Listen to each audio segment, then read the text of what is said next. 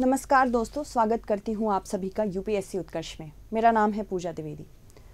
केंद्र सरकार ने राज्य सरकारों को कहा है कि आप राज्य स्तरों पे साथ ही साथ जिला स्तरों पर एक समिति का गठन करिए और इस समिति के द्वारा आप जन जागरूकता फैलाइए कि ग्रीष्म लहरें एक इंसान, मनुष्य जीवन, साथ ही साथ अलग अलग जानवरों के लिए किस प्रकार से हानिकारक हो सकती है।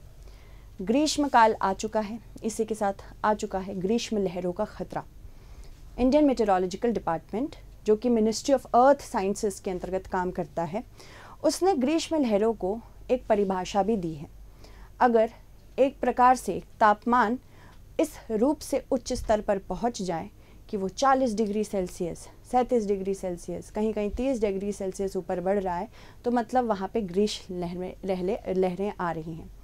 ग्रीष्म लहर का क्या मतलब होता है? जो हम हीट वेव सुनते हैं, ये भारत में पिछले कुछ वर्षों में काफ़ी ख़तरनाक होती जा रही हैं।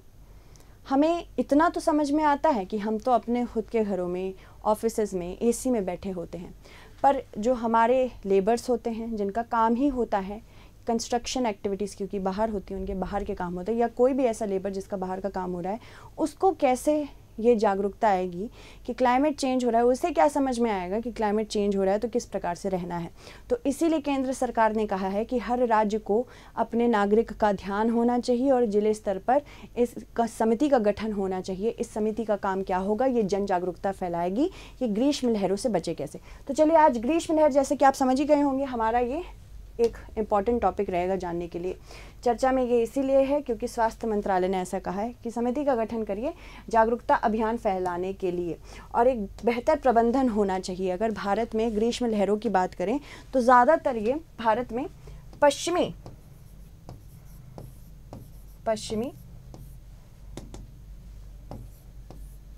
एवं मध्य और केंद्र क्षेत्रों में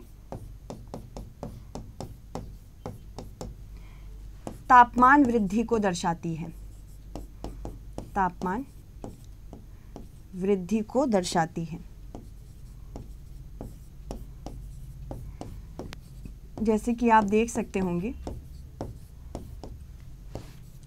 इस प्रकार से, यहाँ पे एक मैप है जो आपको दिखा रहा है कि भारत के पश्चिमी क्षेत्र, साथ ही साथ दक्षिणी एवं जो केंद्र के क्षेत्र होते हैं, जब तापमान ऐसा पहुंच जाता है कि जो ग्रीष्म लहरें होती हैं वो किसी भी मनुष्य को हानि पहुंचा सकती है, उसके शारीरिक रूप से हानि पहुंचा सकती है, मानसिक रूप से हानि पहुंचा दे सकती है, उसे हम ग्रीष्म लहर कहते हैं।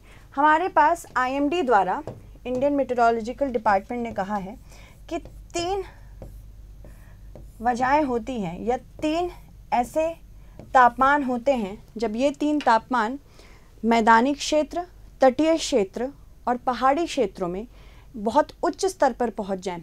उस क्षेत्र के लिए हम ग्रीष्म लहरों की एक बहुत बड़ी चेतावनी दे सकते हैं।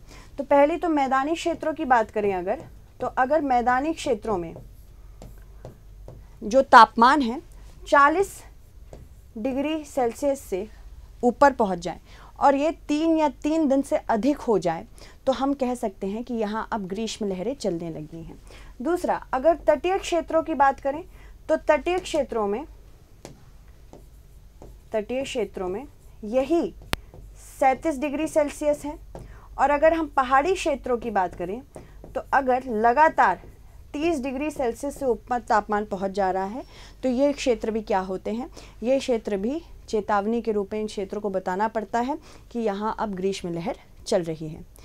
पर ये ग्रीष्म लहर सिर्फ भारत में आ रही है क्या? नहीं, ये ग्रीष्म लहर सिर्फ भारत में ही नहीं, पूरे विश्व में अब अपना रूप दिखाने लगी है। मतलब ज़्यादातर यूरोपीय देश की अगर हम बात करें, साथ ही साथ नॉर्थ अमेरिकन देशों की बात करें, तो ये कुछ ऐसे क्षेत्र थे जिनको ग्रीष्म लहर होती क्या है ये भी पता नहीं था। पर अब हम देख रहे हैं कि हीट डोम इफ़ेक्ट, जो कि एक इस प्रकार का एक इफ़ेक्ट होता है, एक प्रभाव होता है कि नॉर्थ अमेरिका में, यूरोप में बहुत ज़्यादा देखा जा रहा है। वहाँ पे जिस तरह हम बर्तन को जब पानी बॉईल करते हैं, बर्तन को ढक देते हैं ना, तो उसी प्रकार का एक ढक्कन जैसा फॉर्मुलेट हो जाता है उस क्षेत्र के लिए। और वहाँ पे एयर का या यहाँ पे पवनों का संचालन ऐसे होता है कि पवनें बहुत गर्म होती हैं और ये लगातार बहुत दिनों तक बनी रहती है। तो नॉर्थ अमेरिका में भी हीट डोम इफ़ेक्ट और यूरोपियाई देशों में भी हीट डोम इफ़ेक्ट ये ग्रीष्म लहरों की वजह से ही हो रहा है। अब भारत क्योंकि एक ट्रॉपिकल कंट्री है, एक उष्ण कटिबंधीय देश है, इस वजह से भारत में ये ज़्यादा एग्जैजरेट होके या एक बहुत बड़े स्तर पे, व्यापक स्तर पर इसको देखा जा रहा है। ठीक है, तो ये आपको ध्यान रखना है कि भारत इसी वजह से सबसे ज़्यादा परेशानी में रहता है। अगर किसी को ग्रीष्म लहर की वजह से कोई दिक्कत हो तो कुछ सिम्टम्स हैं, कुछ लक्षण हैं जिसको आप पकड़ सकते हैं। मतलब अब तो हमें ये जागरूकता होनी ही चाहिए कि किसी भी पर्सन को अगर हीट वेव लग गई है, हीट स्ट्रोक हो गया है, तो क्या क्या उसकी बॉडी में हो सकता है।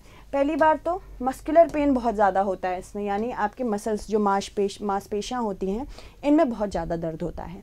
इसके अलावा स्पैज़्म भी होते हैं, इचिंग होती है, ग्लिचिंग होती है। ये कहाँ कहाँ होते हैं? स्पैज़्म में अचानक से ऐंठन वाला दर्द शुरू हो जाता है पैरों में और साथ ही साथ पेट में। उसके बाद ये ज़्यादा एक्सपोजर अगर आपने रखा है, अपने आप को ज़्यादा खुला रखा है, बाहर बहुत ज़्यादा घूम रहे हैं, हीट में, बहुत ज़्यादा गर्मी में, बहुत ज़्यादा उमस में अगर आप रह रहे हैं तो आपको हीट स्ट्रोक हो सकता है, आपको ग्रीष्म लहर लग सकती है। साथ ही साथ अगर आपकी बॉडी से बहुत जल्दी जल्दी पानी का लॉस हो रहा है, हर गर्मी में पानी का लॉस कैसे होता है? जब ज़्यादा स्वेटिंग होती है, पसीना आता है। अगर आप बहुत प्रोफ्यूजली स्वेट कर रहे हैं, यानी कि बहुत ज़्यादा बुरी तरह से आपको पसीना आ रहा है, पसीना आना अच्छी बात है, पर अगर बहुत ज़्यादा आ रहा है इसका मतलब आपकी बॉडी में ओवर हीटिंग हो रही है और आपका बॉडी बहुत जल्दी जल्दी पानी लॉस कर रहा है।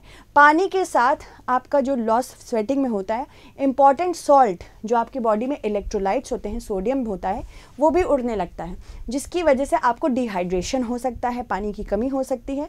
तो ये भी एक बहुत बड़ा लक्षण होता है जब आपको हीट स्ट्रोक हो जाता है तो।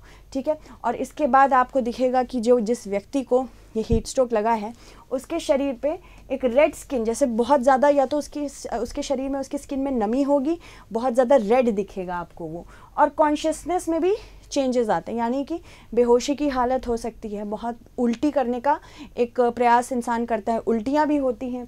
उसके बाद बॉडी टेम्परेचर बहुत ज़्यादा बढ़ जाता है, बॉडी टेम्परेचर, क्योंकि पूरी बॉडी आपकी गर्मी सोख लेती है, जिसकी वजह से बॉडी टेम्परेचर भी बढ़ जाता है।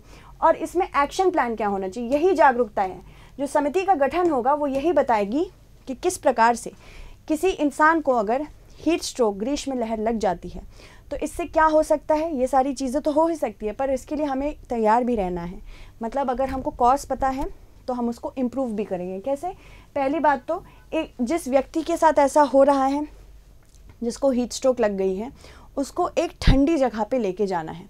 पेड़ है तो पेड़ के नीचे ले जाना है, अगर वहाँ पे रूम एक्सेसिबल है तो एक एसी वाले रूम में, कूलर वाले रूम में, फ़ैन वाले रूम में लेके जाना है। और जो उनकी क्लोथ्स होंगे, जो भी कपड़े उन्होंने पहने होंगे, उसको थोड़ा ढीला कर देना है, इस प्रकार से कि बॉडी ओवर हीट ना हो और जो सारा हीट है वो स्वेट के थ्रू निकल जाए। उसके बाद कूल वेट क्लॉथ से स्किन पे, यानी कि ठंडे गीले पानी वाले, मतलब अगर आप क्लॉथ लेंगे, कोई कपड़ा लेंगे, उसको सुखा देंगे ठंडे गीले पानी में और फिर उससे उस पर्सन की बॉडी पे रखेंगे तो उससे भी हीट वेव कंट्रोल हो जाती है, हीट स्ट्रोक कंट्रोल हो जाता है। और रैपिड कूलिंग देनी चाहिए, कूल पैक्स लगाने चाहिए। इस समय तो सबको अपने घर में कूल पैक्स रखने चाहिए, स्पेशली बर्फ़ तो जमा के रखनी ही चाहिए। उससे क्या होता है, बॉडी कभी बहुत ज़्यादा हीट हो जाती है तो आप उसे अप्लाई करके अपनी बॉडी को कूल भी कर सकते हैं। तो ये एक्शन प्लान होता है। अब ग्रीष्म लहरों के कारण सबसे पहला कारण तो क्लाइमेट चेंज ही है, ग्लोबल वार्मिंग।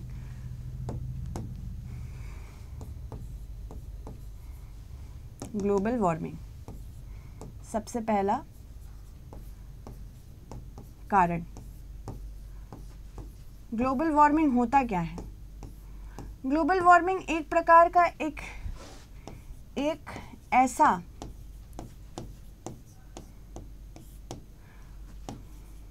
प्रतिकूल वातावरण बन रहा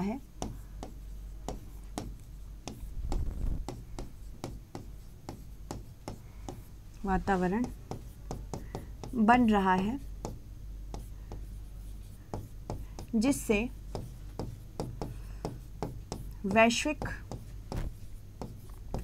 वैश्विक तापमान अत्यधिक तेजी से बढ़ रहा है, अत्यधिक तेजी से बढ़ रहा है। और ये क्यों हो रहा है? देखो, क्लाइमेट चेंज तो एक नॉर्मल चीज़ है, मतलब ऐसा नहीं है कि पहली बार पृथ्वी में क्लाइमेट चेंज हो रहा है। पृथ्वी में लगातार क्लाइमेट चेंज हम देख रहे हैं। कभी जब शुरू ही हुआ था, पहले आइस एज था, फिर उसके बाद नॉर्मल एज हुआ, फिर उसके बाद आइस एज आ गया, अभी फिर वार्मिंग फेज पे है। तो ग्लोबल कूलिंग और ग्लोबल वार्मिंग चलती रहती है। पर जिस गति से ये आगे बढ़ रहा है, इसमें मानवीय गतिविधियां सबसे आगे हैं, यानी कि एंथ्रोपोजेनिक एक्टिविटीज़, जैसे कि ग्रीन हाउस गैस का उत्सर्जन, ग्रीन हाउस गैसेस का उत्सर्जन, ये सबसे ज़्यादा खतरनाक है। ग्रीन हाउस गैसेस में कौन कौन सी गैसेस हैं आपके पास? ग्रीन हाउस गैसेस में सबसे पहले तो कार्बन डाइऑक्साइड, जो कि वाहनों के द्वारा जीवाश्म ईंधन जलाने की वजह से, इन सब के कारण उत्सर्जित हो रहा है, लगातार हमारे वायुमंडल के लिए खतरा बन रहा है। उसके बाद कार्बन मोनोऑक्साइड, फिर मीथेन, सल्फर डाइऑक्साइड और नाइट्रोजन के ऑक्साइड्स, ये भी नाइट्रोजन के ऑक्साइड्स, साथ ही साथ क्लोरोफ्लोरोकार्बन्स, हाइड्रोक्लोरोफ्लोरोकार्बन्स, ओजोन। ओजोन अगर आपके क्षोभ मंडल में है तो वो एक बहुत बड़ी ग्रीन हाउस गैस बन सकती है। वॉलेटाइल ऑर्गेनिक कंपाउंड्स, ये सब क्या कर रहे हैं? लगातार तापमान को बढ़ा रहे हैं। और अगर तापमान बढ़ेगा तो इस प्रकार की ग्रीष्म जो तरंगें हैं ये चलती ही चली जाएंगी, और भारत इसमें सबसे ज़्यादा इम्पैक्ट होने वाला है, क्योंकि भारत एक कृषि प्रधान देश है। अगर भारत कृषि प्रधान देश है तो वो अभी सिंचाई के लिए पहली बात तो तैयार नहीं है। हम बहुत ज़्यादा दक्षिण पश्चिमी मानसून के ऊपर अभी भी निर्भरता रखते हैं, और अगर किसानों के पास सिंचाई के लिए सही चैनल्स नहीं होंगे, इससे क्या हो सकता है? इससे किसानों की आय, जो वित्तीय स्थिति है वो जैसे ख़राब अभी तो चल ही रही है और भी आगे ख़राब होने वाली, क्योंकि सिंचाई के लिए हम सबसे ज़्यादा किस पे अपने आप को निर्भर रख रहे हैं? दक्षिण पश्चिमी मानसून के ऊपर। और जैसे ही जैसे ग्लोबल वार्मिंग बढ़ेगी, मानसून एक प्रकार की हवाएं होती हैं, व्यापारिक जो हवाएं हैं, पवने हैं, जब अल नीनो आता है तो अल नीनो के समय में व्यापारिक हवाएं जो अमेरिकन क्षेत्रों से आती हैं, साउथ अमेरिका के क्षेत्र से आती हैं, हमारे एशिया की तरफ वो वीक हो जाती हैं। तो इसी प्रकार से दक्षिण पश्चिमी मानसून भी पवने ही हैं, इनमें भी एक प्रकार की कमजोरी हम देखने को मतलब हमें आगे देखने को मिल सकती है, जिसकी वजह से हमारा जो कृषि प्रधान देश है बहुत बुरी आर्थिक स्थिति में भी आ सकता है, और इसकी वजह से फूड सिक्योरिटी भी बहुत इम्पैक्ट हो सकती है। तो ग्रीन हाउस गैसेस की वजह से, एक्स्ट्रा ग्लोबल वार्मिंग की वजह से ये हो रहा है। साथ ही साथ अगर हम बात करें तो पिछले कुछ सालों में अल नीनो का प्रभाव कुछ ज़्यादा ही देखने को मिल रहा है। अल नीनो क्या होता है? अल नीनो एक प्रकार का ऐसा फिनोमेना है, बेसिकली नॉर्मल ईयर में क्या होता है, ये आपका साउथ अमेरिका या दक्षिण अमेरिकी क्षेत्र है। पेरू और चिले के पास यहाँ पे हम देखते हैं, यहाँ से क्या आती हैं? व्यापारिक हवाएं आती हैं, व्यापारिक पवनें आती हैं, ठीक है, व्यापारिक पवनें या ट्रेड विंड्स जिनको हम कहते हैं, व्यापारिक पवनें या फिर ट्रेड विंड्स। ये नॉर्मल ईयर में होता है। जब बहुत स्ट्रॉन्ग होती हैं ये व्यापारिक पवनें, तो ये क्या करती हैं? जब भी यहाँ पे पानी गर्म होता है, इसको ये व्यापारिक पवनें धकेल के किधर ले आती हैं? यहाँ पे दक्षिण या यहाँ आपका ईस्टर्न पैसिफिक ओशन या पूर्वी प्रशांत महासागर का क्षेत्र है, यहाँ पानी गर्म हुआ, व्यापारिक पवनें बहुत ज़्यादा तेज़ी से चल रही हैं, ढकेल के पानी ये ले आ रही हैं, जो गर्म पानी होगा उसको कहाँ लेके आ जाएंगी? ये आ जाएंगी आपके पश्चिमी प्रशांत महासागर में, ठीक। पर जिस समय अल नीनो होता है, ये ट्रेड विंड्स यानी व्यापारिक पवनें कमज़ोर हो जाती हैं, अल नीनो के समय कमज़ोर हो जाती हैं, और इसकी वजह से क्या होता है कि जो गर्म पानी यहाँ रहता था और इसको ढकेल के यहाँ ले जाया जा सकता है, वो नहीं हो पाता, जिसकी वजह से ये यहीं पे रह जाता है, ये पानी यहीं पे स्थित हो जाता है। नॉर्मल सालों में क्या होता है, जब यही गर्म पानी इस प्रकार से व्यापारिक पवनों द्वारा यहाँ ढकेल के पश्चिमी प्रशांत महासागर के क्षेत्र में लाया जाता था, तो नीचे का जो ठंडा पानी है वो अप स्वेलिंग की वजह से ऊपर आ जाता था। अब जो नीचे का ठंडा पानी अप स्वेलिंग की वजह से ऊपर आ जाता था, इसकी वजह से क्या होता था, जो पादप प्लवक होते हैं, पादप प्लवक या फिर जो जंतु प्लवक होते हैं, वो क्या करते हैं, वो मछलियों के लिए बहुत ही अच्छा खाने का एक पदार्थ होते हैं, जिसकी वजह से यहाँ पे मछली पकड़ना बहुत आसान हो जाया करता है जब नॉर्मल साल चलता है। पर अल नीनो के समय क्या होता है, क्योंकि यहाँ से गर्म पानी इधर जा ही नहीं रहा है, तो नीचे से ठंडा पानी ऊपर नहीं आ पाएगा। नीचे से ठंडा पानी अगर ऊपर नहीं आ पाएगा तो यहाँ पे मछुआरों के लिए मछली पकड़ने की संभावना बहुत कम हो जाती है। इसी के साथ अगर हम मौसमी की बात करें, मौसमी हवाओं की बात करें, तो क्या होता है, यहाँ पे एक प्रेशर सिस्टम बन जाता है, जिसकी वजह से यहाँ पे क्या होगा, एक्सेसिव पानी बरसने लगेगा। यहाँ पे आर्द्रता ज़्यादा बढ़ जाती है, जिसकी वजह से पानी की बरसात, यहाँ पे बाढ़ की संभावना बढ़ जाती है। इसी के विपरीत आपको एशिया में और आपको इंडोनेशिया में, इवन ऑस्ट्रेलिया, न्यूजीलैंड में देखने को मिलता है। नॉर्मल सालों में ये जो पानी होता है, गर्म पानी जब इधर आता है तो वहाँ पे बाढ़ वगैरह आ रही है, वहाँ पे क्योंकि अननेचुरल है ये। यहाँ पे ये अच्छा काम करता था, गर्म पानी जब इधर शिफ्ट हो जाता था तो यहाँ पे क्या करता था, मानसून की तरह बारिश क्रिएट करता था। इवन इंडियन ओशन डायोपोल को भी हेल्प करता था, तो इंडिया में भी अच्छी बारिश होती थी, भारत में भी। पर जब अल नीनो का साल होता है तो यहाँ आप देख रहे हैं बाढ़ हो रही है, यहाँ बहुत ज़्यादा पानी बरस रहा है। यहाँ पे क्या हो जाता है, ऑस्ट्रेलिया, इंडोनेशिया, इंडिया की तरफ यहाँ पे सूखे की स्थिति हो जाती है।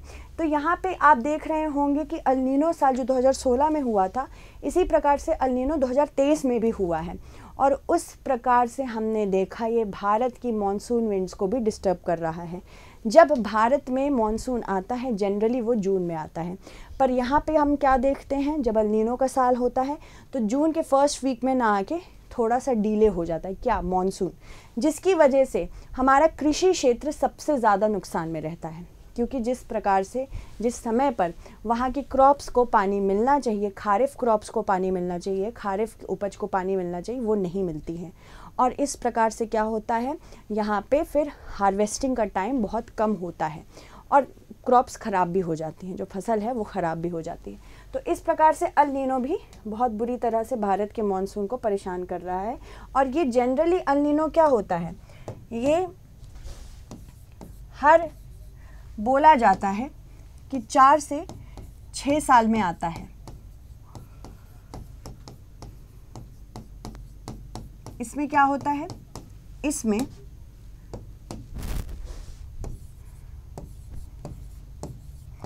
पूर्वी प्रशांत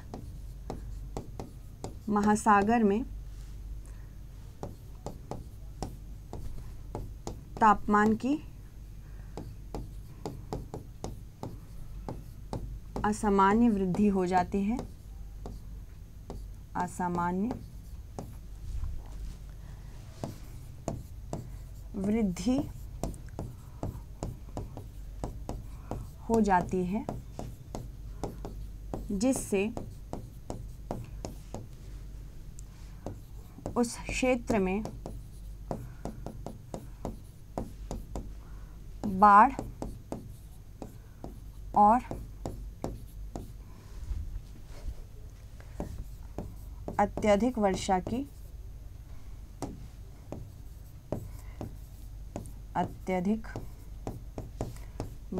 की संभावना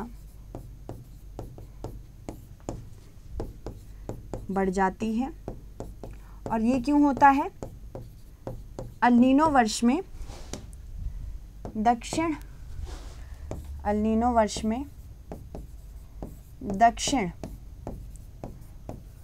अमेरिका से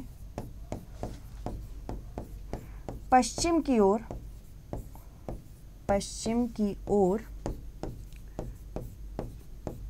बहने वाली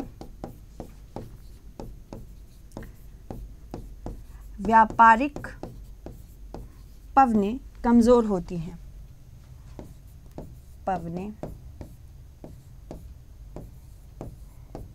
कमज़ोर होती हैं,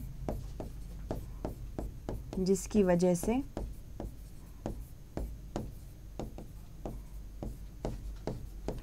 अल नीनो की स्थिति बनने लग, जिसकी वजह से पश्चिमी प्रशांत महासागर में पश्चिमी प्रशांत महासागर में सूखे और अकाल की स्थिति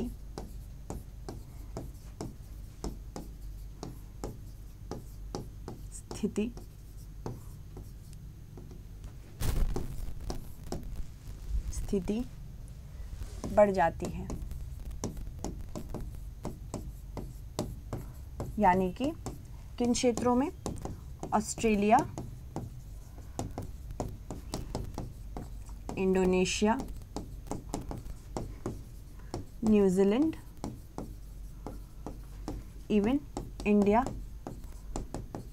इंडिया का जो साउथ वेस्ट मॉनसून सिस्टम है, साउथ वेस्ट मॉनसून सिस्टम भी इम्पैक्ट होता है, जिसकी वजह से फिर क्या होता है?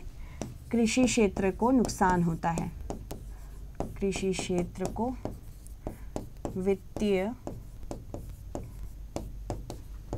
नुकसान होता है। तो इस प्रकार से ग्रीष्म काल में हम देखते हैं कि ग्रीष्म तरंगें जो आजकल चल रही हैं अल नीनो की वजह से, साथ ही साथ जो क्लाइमेट चेंज हो रहा है उसकी वजह से लगातार बढ़ती जा रही है और इंटेंस होती जा रही हैं। तो अगर हम बात करें प्रभाव भारत के ऊपर क्या क्या है, पहली बात तो हम इसको दो तरीके से देख सकते हैं। जो आर्थिक प्रभाव होता है वो आर्थिक प्रभाव, और दूसरा जो जैविक प्रभाव होता है। दो तरह से देखो। आर्थिक प्रभाव में जैसे कि मैंने बताया, सबसे पहले तो कृषि क्षेत्र, एक कृषि क्षेत्र में सबसे बड़ा प्रभाव यही होता है कि फसल की उपज खराब होती है। फसल की उपज खराब होने की वजह से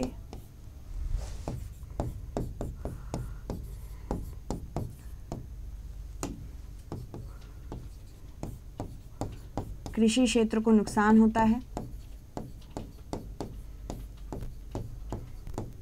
यानी कि अब गवर्नमेंट को ज़्यादा पैसा इनको वेलफेयर में देना पड़ेगा। दूसरी चीज़, जो कंस्ट्रक्शन सेक्टर है, जहाँ पे बहुत लेबर काम करते हैं, कंस्ट्रक्शन सेक्टर,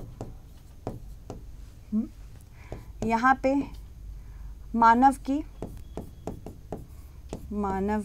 के दैनिक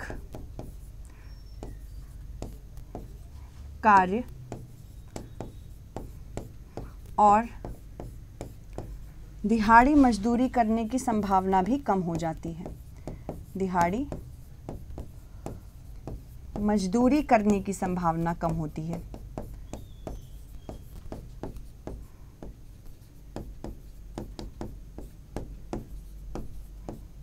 अब इससे क्या हो सकता है, बेचारे उतनी दिहाड़ी जितना कमा सकते हैं, अब गर्मी हो रही है तो उनके पास तो मौके कम ही रहेंगे। दिहाड़ी मजदूरी से ही वो बेचारे पैसा कमाते हैं, उनका काम ही है कंस्ट्रक्शन एक्टिविटीज़ में पार्ट लेना, वो नहीं कर पाते हैं। दूसरी चीज़ अगर हम बात करें जैविक प्रभाव, तो ये मानव गतिविधियों को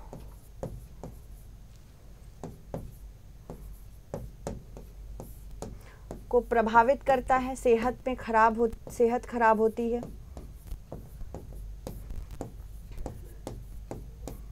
अब जहाँ पे मानव हर दिन 8 घंटे काम कर ले रहा था, यहाँ पे बेचारा शायद सिर्फ 4 ही घंटा काम कर सके, क्योंकि भारत एक उष्णकटिबंधीय क्षेत्र है। उष्णकटिबंधीय क्षेत्र होने की वजह से यहाँ पे उमस पहले ही बहुत ज़्यादा होती है। उसके बाद आप इसमें ग्रीष्म तरंगों को डाल दीजिए तो आप समझ सकते हैं कि मानव गतिविधियाँ भी इफ़ेक्ट होती हैं। साथ ही साथ बेचारे जो जानवर हैं, इसीलिए मैं कहती हूँ, हमेशा अपने स्टूडेंट से बोलती हूँ कि जब भी टाइम आए, जब भी ऐसा टाइम आए तो प्लीज़ बाहर अपने घरों के एक छोटा बोल जिसमें पानी रख दीजिए, चिड़िया आके पानी पी सके, और साथ ही साथ बाहर के जानवर, गाय, कुत्ते आदि आके पानी पी सके, वो रखना ज़रूरी है। क्योंकि पूरी की पूरी प्रकृति ही आत्मनिर्भरता पे चलती, आत्मनिर्भरता पे नहीं, पूरी की पूरी प्रकृति ही अंतर्निर्भरता पे चलती है, यानी आप हम सब एक दूसरे पे डिपेंडेंट हैं।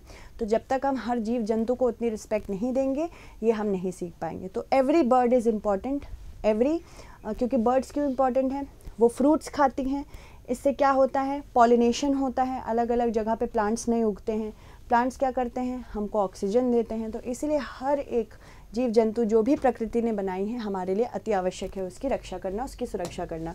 ठीक है, ग्रीष्म लहरों के प्रभाव को कैसे कम करें? पहली बात तो जागरूकता फैलाएं, सबसे इम्पॉर्टेंट यही है, जागरूकता फैलाएं, सबसे इम्पॉर्टेंट। ठीक, दूसरा, पेरिस एग्रीमेंट COP28 में पेरिस एग्रीमेंट को फिर से रीइटरेशन करने की ज़रूरत है। जो पेरिस समझौता हुआ है, समझौते में क्या लिखा है कि जो ग्लोबल टेम्परेचर है